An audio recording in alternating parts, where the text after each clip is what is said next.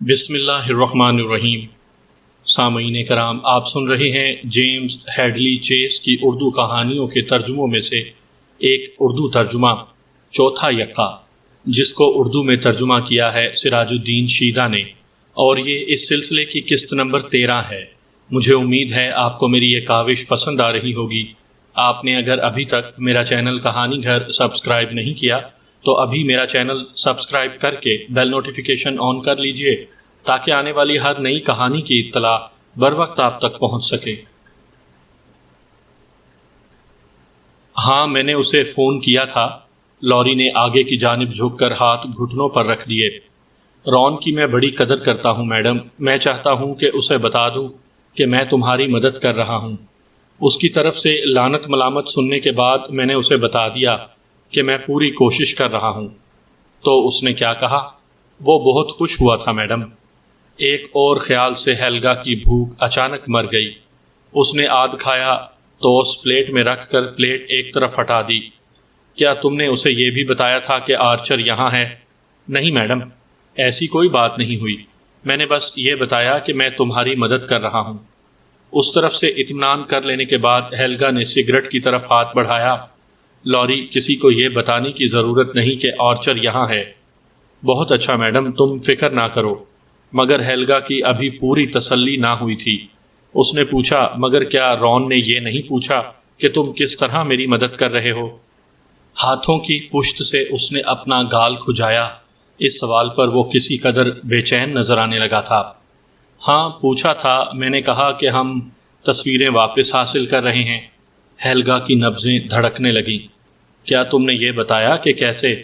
میرا مطلب ہے میکس فریڈ لینڈر کے متعلق۔ اضطراب سے کرسی پر پہلو بدلنے کے بعد وہ بولا، او ہاں میڈم، مجھے بتانا پڑا۔ میں نے بتایا کہ میکسی ہماری مدد کر رہا ہے، لیکن گھبرانے کی بات نہیں میڈم۔ میکسی اور رون گہرے دوست ہیں۔ یہ جان کر رون خوش ہوا تھا کہ میکسی ہماری مدد کر رہا ہے۔ اپنے اعصاب میں جھنجھناہٹ سی محسوس کر کے ہیلگا اٹھ کر کھڑی ہو گئی اور آہستہ آہستہ چل کر میز تک جا کر لائٹر اٹھایا اور سگریٹ سلگا لیا۔ کیا اس نے یہ نہیں پوچھا کہ میکسی کس طریقے سے ہماری مدد کر رہا ہے؟ نہیں میڈم، اسے اس بات سے کوئی دلچسپی نہیں تھی۔ وہ اور معاملوں میں الجھا ہوا تھا۔ اور معاملے کیا؟ لوری نے بے کیفی سے اس کی طرف دیکھا۔ اس نے کچھ بتایا نہیں میڈم۔ بے چینی سے ہیلگا نے اپنی انگلی چبا لی۔ مستقبل کی مسرتوں کا اب ان لوگوں پر انحصار تھا۔ یہ خوبصورت لڑکا اپنے سارے خلوص کے باوجود نادان دوست ثابت ہو سکتا تھا۔ کافی دیر خاموشی کے بعد لوری نے سکوت توڑا۔ تھوڑی دیر بعد میں کار لینے گیا تھا تو دور سے ایک آدمی کو برف صاف کرتے دیکھ کر واپس آ گیا۔ ابھی وہ چلا جائے گا تو میں کار لے آؤں گا۔ ہیلگا ٹہلتی ہوئی کھڑکی کے پاس چلی گئی۔ موٹا فراش سڑک پر سے برف صاف کرنے میں مصروف تھا۔ برف اور سنگریزوں سے بھری ہوئی ایک ہتھ گاڑی اس کے قریب کھڑی ہوئی تھی۔ کچھ سوچ کر ہیلگا بولی، لوری، میں خود ہی جا کر کار لے آتی ہوں۔ تمہیں لوگوں کی نگاہوں سے اوجھل رہنا چاہیے۔ لوگ خواہ مخواہ کی باتیں بناتے ہیں۔ میں نہیں چاہتی کہ وہ تمہیں دیکھ پائے۔ ہاں ٹھیک ہے میڈم۔ کیا ناشتہ کر لیا؟ ہاں شکریہ، بڑا عمدہ ناشتہ تھا۔ وہ کھڑکی میں کھڑی فراش کو کام کرتے دیکھتی رہی۔ جب کام ختم ہونے کو ہوا تو وہ خوابگاہ میں گئی اور بیگ میں سے 50 فرانک کا ایک نوٹ نکال کر کوٹ، برفانی جوتے اور ہیٹ زیب تن کر کے باہر چلی گئی۔ اسے دیکھ کر فراش نے تعظیم کے لیے سر سے ٹوپی اتار لی۔ ہیلگا نے چند منٹ تک اس سے ادھر ادھر کی باتیں کی۔ فراش نے ادب سے اس کے شوہر کی صحت کے متعلق پوچھنے کے بعد بتایا کہ اب برف باری نہیں ہوگی۔ ہیلگا نے آخری اس بات کو اتنی اہمیت نہیں دی۔ یہ لوگ ہمیشہ غیر ملکیوں کو یہی بتایا کرتے تھے کہ خوشگوار موسم قریب تر ہے۔ ہیلگا نے اسے 50 فرینک کا نوٹ دیا تو خوشی سے اس کے چہرے پر 50 سلوٹیں پڑ گئیں۔ پھر وہ کار کی طرف گئی اور کار کو گیراج میں لے آئی۔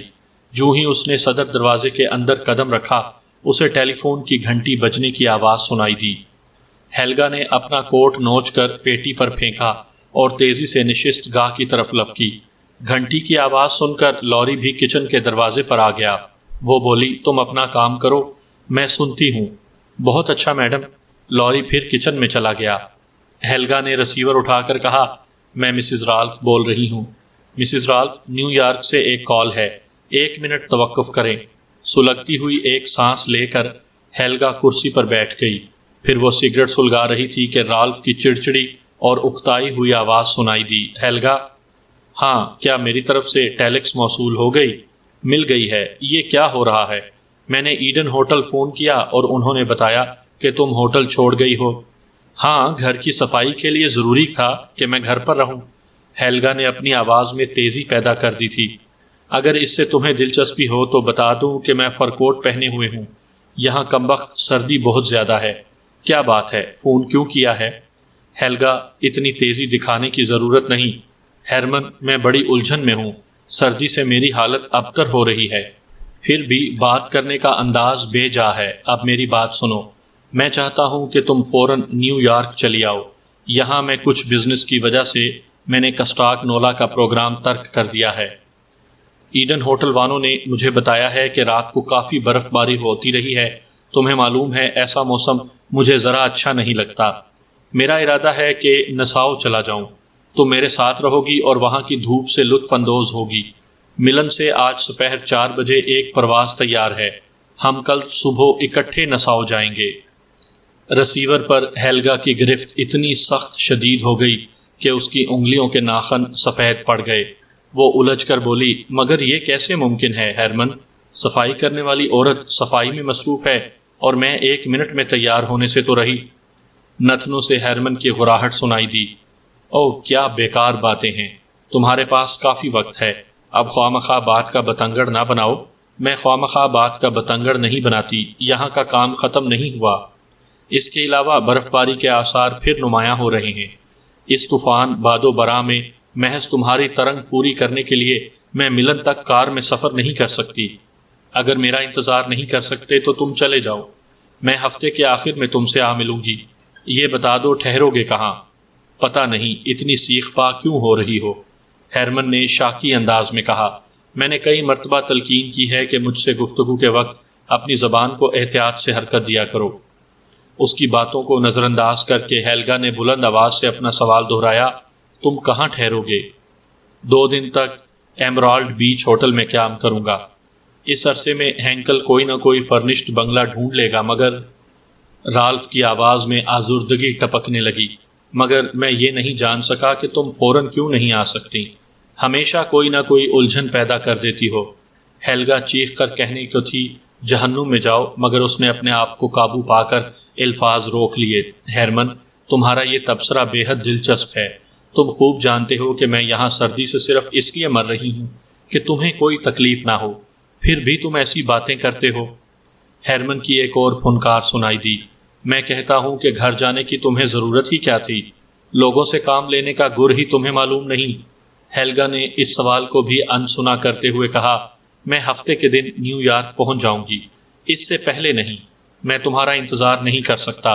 ہرمن کی آواز میں تلخی ظاہر تھی۔ میں کل صبح نساؤ روانہ ہو جاؤں گا، تو میں یہاں کے کام نپٹا کر تم سے آ ملوں گی۔ یہ کہہ کر اس نے توقف کیا، پھر اپنے لہجے میں نرمی اور ملائمت پیدا کرتے ہوئے سوال کیا، تمہاری صحت کیسی ہے اب؟ چند منٹوں تک سرسری گفتگو ہوتی رہی، پھر رسیور رکھتے ہوئے ہیلگا نے اطمینان کا ایک بھرپور سانس لیا۔ کم از کم ہرمن کے آن ٹپکنے کا سوال تو ختم ہو گیا تھا۔ سرشاری اور تسکین کے احساس کے ساتھ اس نے کھڑکی سے باہر نظر ڈالی۔ سورج آسمان کی بلندیوں پر پہنچ کر چمک رہا تھا اور کھڑکی میں سے باہر کی ہر شے اجلی اجلی اور نکھری نکھری دکھائی دے رہی تھی۔ وہ کچن کی طرف چلی گئی۔ برتن دھونے کے بعد لوری انہیں اپنی جگہ پر رکھ رہا تھا۔ وہ بولی، بھلا ہاتھوں سے دھونے کی کیا ضرورت تھی؟ پلیٹیں دھونے کی مشین جو ہے۔ ہاں، لیکن مشین سے کام کرنا مجھے اچھا نہیں لگتا۔ میں نے پہلے کبھی مشین سے کام نہیں کیا۔ فوج میں بھی میں اپنے ہاتھوں سے ہی برتن صاف کیا کرتا تھا۔ ہیلگا کو آرچر کی بتائی ہوئی یہ بات یاد آ گئی کہ لوری فوج سے بھاگا ہوا ہے۔ اس نے پوچھا، تو تم فوج میں تھے؟ خالی چہرے کے ساتھ لوری نے اس کی سمت دیکھا۔ تم جانتی ہو میڈم، آرچر نے تمہیں بتایا تھا۔ ہاں، اس نے بتایا تھا کہ تم فوج سے بھاگ آئے ہو۔ ہاں، لوری نے کپڑے ہاتھ سے صاف کیے۔ میں فوج سے تنگ آ گیا تھا، سو چلا آیا۔ چند لمحوں تک ہیلگا غور سے اسے دیکھتی رہی، پھر کچن کی میز پر بیٹھ کر اپنی خوبصورت اور سڈول ٹانگیں جھلانے لگی۔ تو گویا اپنے والد کے متعلق تم نے جو باتیں بتائی تھیں کہ اس نے تمہیں یورپ کی سیر کے لیے بھیجا تھا سب جھوٹ تھیں؟ اپنے سنہری بالوں میں انگلیاں پھیرتے ہوئے وہ بولا، مجھے معاف کر دو میڈم، تم نے جب مجھ سے پوچھا تھا تو پہلی بات جو میرے ذہن میں سجائی میں نے تم سے کہہ دی۔ ٹھیک ہے لوری، کوئی بات نہیں، شکریہ میڈم، تو گویا تم اس سے کہیں زیادہ مصیبت میں ہو جتنا کہ میرا خیال تھا۔ اگر آرمی پولیس، یہاں ملٹری پولیس ہے ہی نہیں میڈم، اس لیے مجھے کوئی فکر نہیں۔ ہاں تمہیں فکر نہ ہوگی لیکن مجھے ضرور ہے، ہیلگا نے سوچا اور پھر بولی، میں ہفتے کو نیو یارک کے لیے پرواز کر رہی ہوں، میرے جانے کے بعد تم کیا کرو گے؟ ہفتے کو؟ لوری کو جھٹکا سا لگا، پھر متعجب انداز میں سوچتے ہوئے بولا، میں کسی ہوٹل یا کسی گیس اسٹیشن پر کام ڈھونڈ لوں گا، کوئی نہ کوئی کام تو مل ہی جائے گا۔ میں پہلے بھی بتا چکی ہوں کہ تمہیں ورک پرمٹ کے بغیر کہیں کام نہیں ملے گا۔ ہاں، اس نے گردن کے پچھلے حصے کو کھجایا، خیر تم فکر نہ کرو میڈم، میں کوئی نہ کوئی انتظام کر لوں گا، لیکن کیسے؟ ابھی تو کچھ معلوم نہیں، سوچنا پڑے گا، لیکن جیسا کہ رون نے کہا تھا، الجھن انسانی ہمت کے لیے چیلنج کی طرح ہوتی ہے، اس الجھن کا بھی کوئی نہ کوئی حل تو ہوگا ہی۔ لوری، تم نے میری بڑی مدد کی ہے، میں بھی تمہاری مدد کرنا چاہتی ہوں، کیا تم واپس گھر جانا چاہتے ہو؟ وہ اس سے آنکھیں چار کرتے ہوئے بولا، میں جانا ضرور چاہتا ہوں میڈم، مگر میں وہاں جا نہیں سکتا، پولیس سب سے پہلے وہیں مجھے ڈھونڈ رہی ہوگی۔ نہیں میڈم، میں گھر نہیں جا سکتا۔ لیکن اسٹیٹس یعنی امریکہ واپس جانا تو پسند کرو گے ہی؟ ہاں میڈم، میں وہاں کہیں اور ٹھکانہ بنا لوں گا۔ لوری، اگر میں تمہیں واپسی کا ٹکٹ اور کچھ رقم دے دوں تو کیا وہاں تمہارا کام بن جائے گا؟ لوری نے سر ہلایا، کیوں نہیں میڈم، میرے پاس جعلی پاسپورٹ ہے، وہاں چلا جاؤں گا تو کہیں نہ کہیں نوکری مل جائے گی۔ تو ٹھیک ہے لوری، میں ایسا ہی کروں گی، بینک سے تصاویر ملتے ہی نیو یارک کے جہاز میں تمہارے لیے ایک سیٹ بک کروا دوں گی اور تحفے کے طور پر تمہیں $5000 دے دوں گی، یہ ٹھیک رہے گا نا؟ لوری نے بوکھلا کر اس کی طرف یوں دیکھا جیسے اسے اپنے کانوں پر یقین نہ آ رہا ہو، پھر اس کا چہرہ اس بچے کی طرح چمک اٹھا جس نے پہلی مرتبہ مقدس باپ کو دیکھا ہو۔ کیا واقعی تمہارا یہی مطلب ہے میڈم؟ ہاں، ہیلگا مسکرائی، میرا یہی مطلب ہے، میں تمہاری بڑی احسان مند ہوں۔ کچھ سوچنے کے بعد وہ سر ہلا کر بولا، نہیں میڈم، میں یہ نہیں کہہ سکتا، میں نے ہی تمہیں اس مصیبت میں ڈالا ہے۔ یہ الفاظ ہیلگا کے لیے مسرت کا سامان بنے۔ یہ تمہاری دیانتداری ہے لوری کہ تم اعتراف کر رہے ہو۔ یہ ٹھیک ہے کہ تم اس مصیبت کا باعث ہو، لیکن مجھے بھی ایمانداری سے اعتراف کرنا چاہیے کہ یہ مصیبت میں نے خود مول لی ہے۔ خدا کا شکر ہے کہ میرا واسطہ کسی بے ضمیر شخص سے نہیں پڑا۔ وہ میز سے اتر کھڑی ہوئی۔ اچھا، اب میں ذرا گھومنے باہر جا رہی ہوں، بازار سے کچھ کھانے پینے کا تازہ سامان بھی لے آؤں گی، کیا تمہیں کچھ منگوانا ہے؟ اگر زحمت نہ ہو تو میرے لیے چیونگم لیتی آنا میڈم۔ لیتی آؤں گی، لوگوں کی نظر سے دور رہنا، تنہائی میں بور تو نہیں ہو جاؤ گے؟ وہ ہنس دیا، بور؟ نہیں میڈم، میں کبھی بور نہیں ہوتا، اس دوران میں تمہارے لیے عمدہ سا کھانا تیار کرتا رہوں گا۔ ٹھیک ہے، وہ مسکرائی اور حال میں جا کر کوٹ پہننے کے بعد بولی، میں گھنٹہ بھر میں لوٹ آؤں گی، اگر کوئی دروازے پر دستک دے یا فون کی گھنٹی بجے تو ہرگز جواب نہ دینا۔ بہت اچھا میڈم، لوری نے سر ہلا کر کہا۔ میڈم، بینک کب تک تصویر بھیج دے گا؟ پرسوں سے پہلے تو کسی صورت نہیں آ سکتی۔ آ تو جائیں گی نا؟ ہاں، میرا خیال ہے میکسی کے دستخط کامیاب رہیں گے۔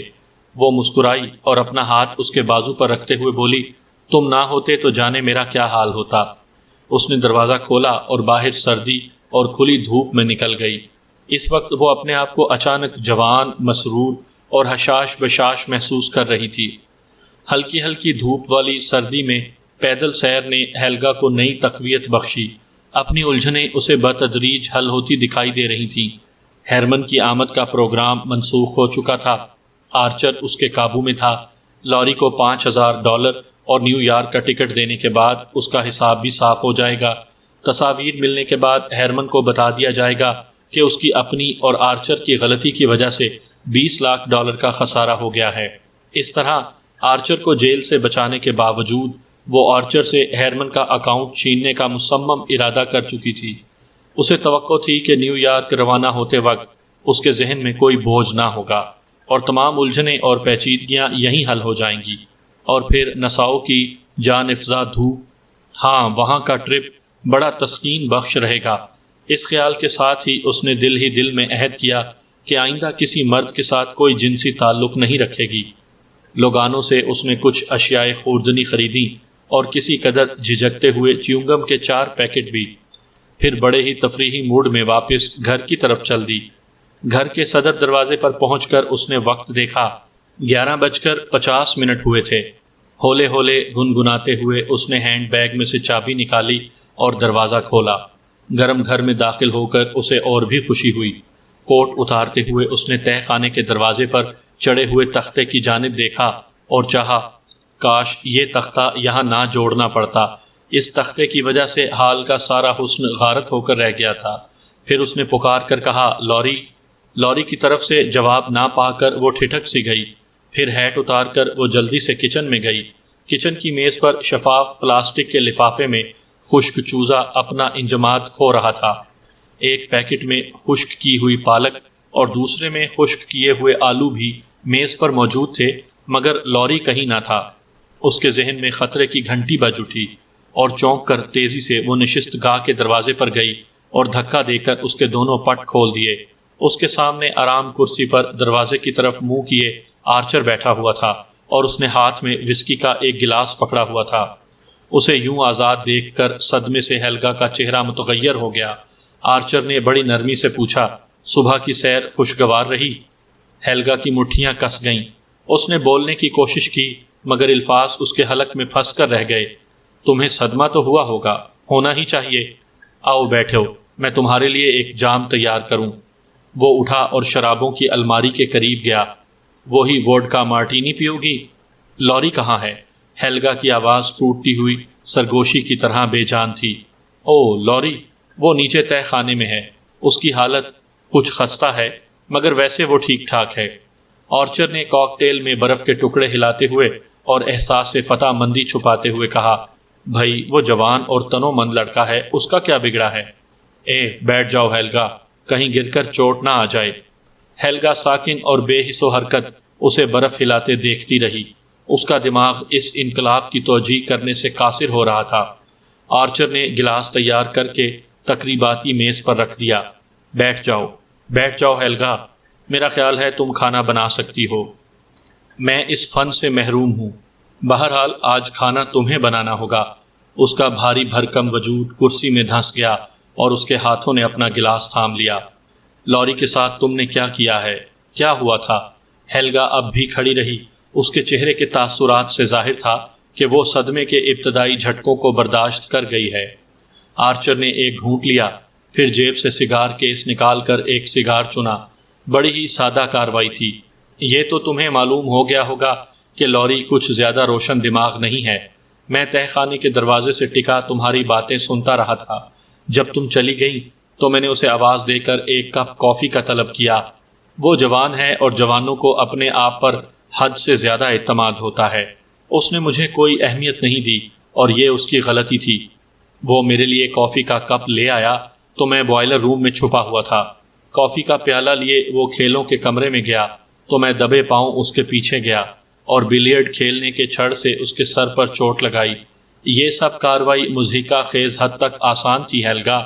پھر میں اوپر چلا آیا، تہہ خانے کے دروازے پر سے تختہ چڑھایا اور میں نوشی کرتے ہوئے تمہارا انتظار کرنے لگا۔ آہستہ آہستہ ہیلگا نے قدم بڑھائے اور کرسی پر بیٹھ گئی۔ اس کا ذہن اب بھی دھندلایا ہوا تھا۔ کیا وہ زخمی ہے؟ آرچر نے اپنی خراش کو انگلی سے چھو کر جواب دیا، اس سے زیادہ زخمی نہیں۔ میں نیچے جا کر اسے دیکھتی ہوں۔ ہو سکتا ہے وہ شدید زخمی ہو۔ تم نیچے نہیں جا سکتی، اس لیے اس موضوع کو خارج از بحث جانو۔ اس کی آواز میں کینہ بھرا ہوا تھا۔ میں تمہیں بتا دیتا ہوں وہ ٹھیک ٹھاک ہے، میں نے اسے صرف بے ہوش کیا ہے۔ وہ اٹھ کر پاؤں پر کھڑا ہونے کی کوشش کر رہا تھا کہ میں حال میں چلا آیا۔ سگار سلگانے کے بعد آرچر نے دوبارہ کہا، ہیلگا اب بازی پھر پلٹ گئی ہے۔ تمہارے پاس 3 یکے ہیں اور میرے پاس 4۔ غم و غصے سے ہیلگا بری طرح کانپ رہی تھی۔ اسے اپنے کپ کپاتے اور لرزتے ہوئے ہاتھ گھٹنوں میں چھپانے پڑے۔ ہیلگا، مجھے اب یہ تلخ تجربہ ہو چکا ہے کہ تم بے حد خطرناک عورت ہو، آرچر کہتا گیا۔ یہ بات میں نے سمجھائی تھی کہ میرے جعلی دستخط کر دو اور تم نے یہ کام میکسی سے کروا لیا۔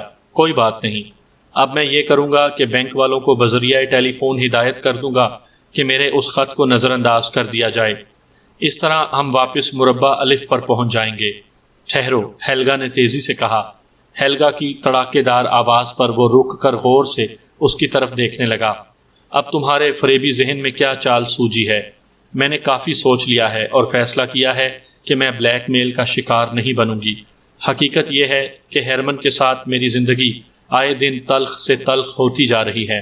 ہیلگا نے اپنے آپ پر قابو پا لیا تھا اور سوچ رہی تھی کہ بلف کرنے کے لیے یہ وقت بے حد موزوں ہے، لیکن یہ بلف یا دھونس ماہرانہ انداز سے کی جائے۔ بلیک میل ہونے سے یہ کہیں بہتر ہے کہ میں دولت کے ساتھ ساتھ اس تلخ زندگی سے بھی نجات پالوں۔ واہ، کیا پٹی پڑا رہی ہو مجھے! یہ ڈائلاگ وکٹوریا کے عہد کے ناول سے لیے گئے ہیں شاید، آرچر نے کہا اور طنزیہ انداز سے مسکرایا۔ نہیں ہیلگا، نہیں، یہ ایسی باتیں ہیں جن پر کبھی یقین نہیں کر سکتا میں۔ ہیلگا نے شانے اچکا کر کہا، اس کی مجھے کوئی پرواہ نہیں کہ تم کس بات پر یقین کرتے ہو اور کس پر نہیں۔ میں سچے دل سے کہہ رہی ہوں کہ اگر مجھے وہ تصاویر حاصل نہیں ہوتی تو میں پولیس کو فون کر کے غبن کا کچا چٹھا کھول دوں گی۔ چلو بڑھو آگے، بینک کو ٹیلی فون کرو، پھر میں پولیس کو فون کرتی ہوں۔ او ضرور ضرور، آؤ، بڑی خوبصورت دھونس ہے مگر مجھ پر نہیں چلے گی، آرچر نے کہا مگر ٹیلی فون کی سمت قدم نہیں بڑھایا۔ تو میں پھر پولیس کو ٹیلی فون کرتی ہوں، بعد میں تم بینک کو فون کر لینا۔ وہ اٹھی اور ٹیلی فون کے پاس جا کر بے دھڑک رسیور اٹھایا اور نمبر ڈائل کرنے لگی۔ آرچر اندھا دھند بھاگتا ہوا آیا اور اس کے ہاتھ سے رسیور اچک لیا، پھر بے چینی سے بولا، اتنی جلدی نہ کرو ہیلگا، تم نے اپنے جام کو چھوا بھی نہیں، آؤ مہذب لوگوں کی طرح بیٹھ کر اس مسئلے پر بحث کریں۔ ہیلگا کو احساس ہو گیا کہ اس کھیل میں پہلی بازی وہ جیت چکی ہے۔ پولیس کو فون کرنے کے بلف نے آرچر کو متزلزل کر دیا تھا۔ اپنی کامیابی کو خوبصورتی سے متصور رکھتے ہوئے اس نے چہرے سے کوئی تاثر ظاہر نہ ہونے دیا اور جا کر کرسی پر بیٹھ گئی۔ پھر اس نے گلاس اٹھایا اور اپنے ہاتھوں کو لرزیدہ نہ پا کر اسے اندرونی خوشی ہوئی۔ اس نے گھونٹ پیا اور سر ہلا کر بولی، تم ہمیشہ سے مارٹینی اچھی تیار کرتے ہو۔ وہ بھی کرسی پر بیٹھ گیا اور سگار کے سرے کو گھورتے ہوئے بولا، شکریہ۔ فرض کرو میں تصاویر اور نیگیٹو تمہارے حوالے کر دیتا ہوں، مجھے کیا صلہ ملے گا؟ میں کہہ چکی ہوں کہ ہیرمن سے کہہ دوں گی کہ ہم دونوں نے سرمایہ لگایا اور گنوا بیٹھے، تمہیں جیل نہیں جانا پڑے گا اور ہیرمن کا حساب کتاب تم سے چھن جائے گا۔ آرچر نے سر کو جنبش دی، نہیں، یہ تو ہم پھر مربع الف پر پہنچ گئے۔ آؤ مربع الف کی طرف چلتے ہیں، میں تمہیں تصاویر واپس کر دیتا ہوں اور تم سارا الزام اپنے سر لے کر ہیرمن کا اکاؤنٹ میرے ہی پاس رہنے دو۔ اب ہیلگا نے اپنے سر کو منفی انداز میں جنبش دی، نہیں جیک، تم ختم ہو چکے ہو، متبادل صورت یہی ہے کہ تم جیل چلے جاؤ اور تم ہیرمن کی دولت سے ہاتھ دھو بیٹھو۔ ہاں میں اس کے لیے تیار ہوں، لیکن کیا تم بھی 10 سال جیل میں گزارنے کے لیے تیار ہو؟ اب تمہاری عمر کیا ہے؟ 48 سال؟ 58 سال کی عمر میں جب جیل سے باہر آؤ گے تو در در کی ٹھوکروں کے سوا تمہیں اور کچھ نصیب نہ ہوگا۔ وہ اپنے ہونٹ چبانے لگا۔ تم میں بات منوانے کی بڑی صلاحیت ہے ہیلگا، لیکن مجھے اب بھی تمہاری بات کا یقین نہیں۔ تم ہمیشہ ہی بلف اور دھونس سے کام لیتی ہو۔ تو پھر تم بینک کو اور میں پولیس کو ٹیلی فون کر دیتی ہوں، یہ تو مشکل کام نہیں۔ فرض کرو ہم مربع جیم کی طرف چلیں۔ آرچر نے سگار کے سرے کا جائزہ لیا۔ میں بتا چکا ہوں کہ ہیرمن کے اکاؤنٹ کے بغیر میں مالی مشکلات میں گھر جاؤں گا۔ میں کئی لوگوں کا مقروض ہوں اور ادائیگی کے تقاضے شدت اختیار کرتے جا رہے ہیں۔ واپس امریکہ جانا میری بڑی خواہش ہے، میں وہاں نئے سرے سے کام شروع کر دوں گا۔ اب فرض کرو میں تصاویر تمہیں دے دیتا ہوں اور بدلے میں تم مجھے معقول رقم دے دو کہ یہاں قرضوں کی ادائیگی کے بعد میں امریکہ جا کر نئے سرے سے کام شروع کر دوں۔ کیا خیال ہے؟ میں بلیک میل نہیں ہونا چاہتی، ہیلگا نے تلخی سے کہا۔ ہیلگا، تم چاہو تو میرے لیے $2.5 لاکھ کی رقم وقف کر سکتی ہو۔ اس رقم کے عوض تمہیں تصاویر اور نیگیٹو مل جائیں گے اور تم بدستور شہزادیوں کی سی زندگی بسر کرتی رہو گی۔ یہ سودا مہنگا نہیں ہے۔ ہیلگا نے سگریٹ سلگایا اور گلاس میں سے ایک چسکی لے کر بولی، اور یہ $2.5 لاکھ کی رقم آئے گی کہاں سے؟ ہیرمن کو بتانے کی ضرورت نہیں، اس کی ہنڈیوں پر یہاں کا کوئی بینک تمہیں اتنی رقم قرض دے سکتا ہے؟ نہ کہنے کے انداز میں سر ہلا کر ہیلگا بولی، جیک، یہ تمہاری غلطی تھی کہ تم نے بلیک میل کرنے کے لیے میرا انتخاب کیا۔ میں اس ٹائپ کی نہیں ہوں۔ آج صبح بستر پر لیٹے لیٹے میں نے اپنے مستقبل کے متعلق خوب سوچ بچار کی اور اس نتیجے پر پہنچی ہوں کہ میں ہرمن سے تنگ آ چکی ہوں۔ میں آزادی واپس چاہتی ہوں۔ میں یہ آزادی چاہتی ہوں کہ اپنے من پسند مرد کے ساتھ جہاں چاہوں داد عیش دے سکوں۔ ہرمن کی اتنی بڑی دولت کو لے کر میں آخر کروں گی بھی کیا؟ پھر میں نے حساب لگایا کہ ہرمن مجھے طلاق دے دے تو میرا کیا حشر ہوگا۔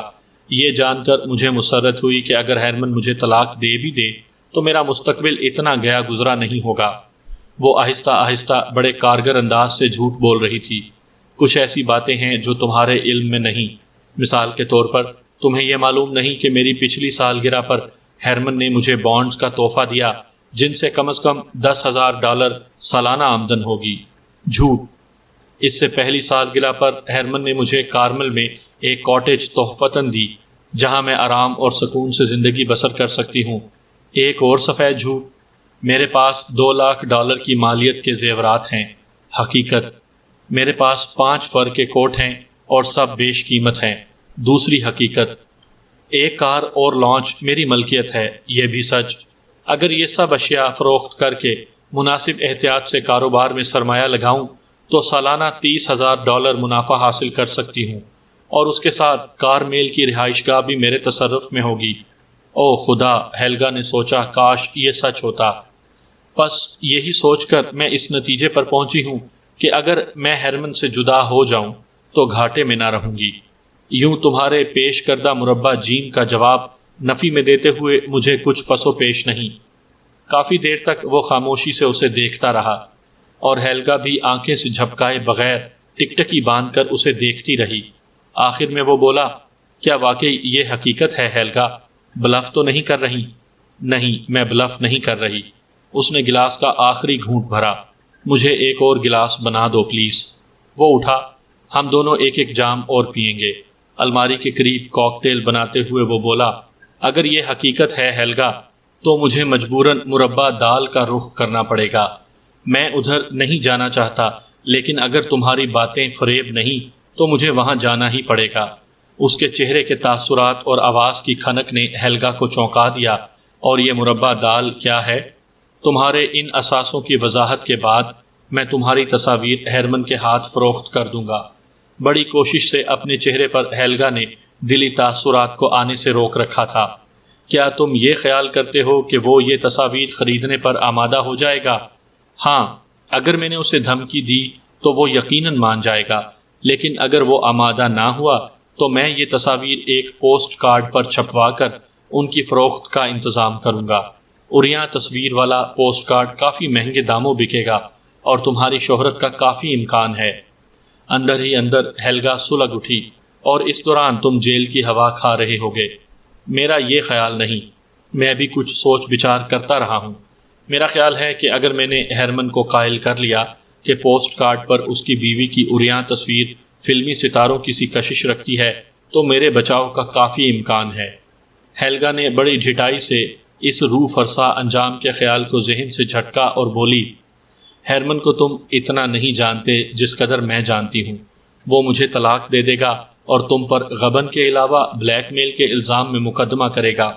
اس طرح تمہیں 20 سال قید ہو سکتی ہے۔ آرچر نے کندھے اچکا کر کہا، مایوس کن حالات انتہائی اقدام کے متقاضی ہوا کرتے ہیں۔ مجھے یقین ہے کہ وہ تصویریں خریدنے پر راضی ہو جائے گا۔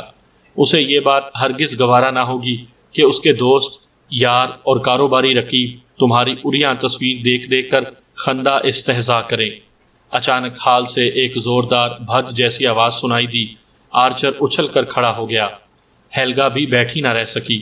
آواز کی نوعیت سمجھنے کے بعد آرچر مسکرا دیا۔ تمہارا کم سن محبوب دروازہ توڑنے کی کوشش میں ہے۔ وہ پھر اطمینان سے بیٹھ گیا، لیکن وہ کامیاب نہیں ہو سکتا۔ ہیلگا، وہاں تختہ لگانے کا تمہارا آئیڈیا واقعی لاجواب تھا۔ یہ اتنا مضبوط ہے کہ ہتھے سے اکھڑا ہوا ایک سانڈ بھی اسے نہیں توڑ سکتا۔ ہیلگا نے کھڑے کھڑے اپنا سگریٹ مسل کر پھینک دیا۔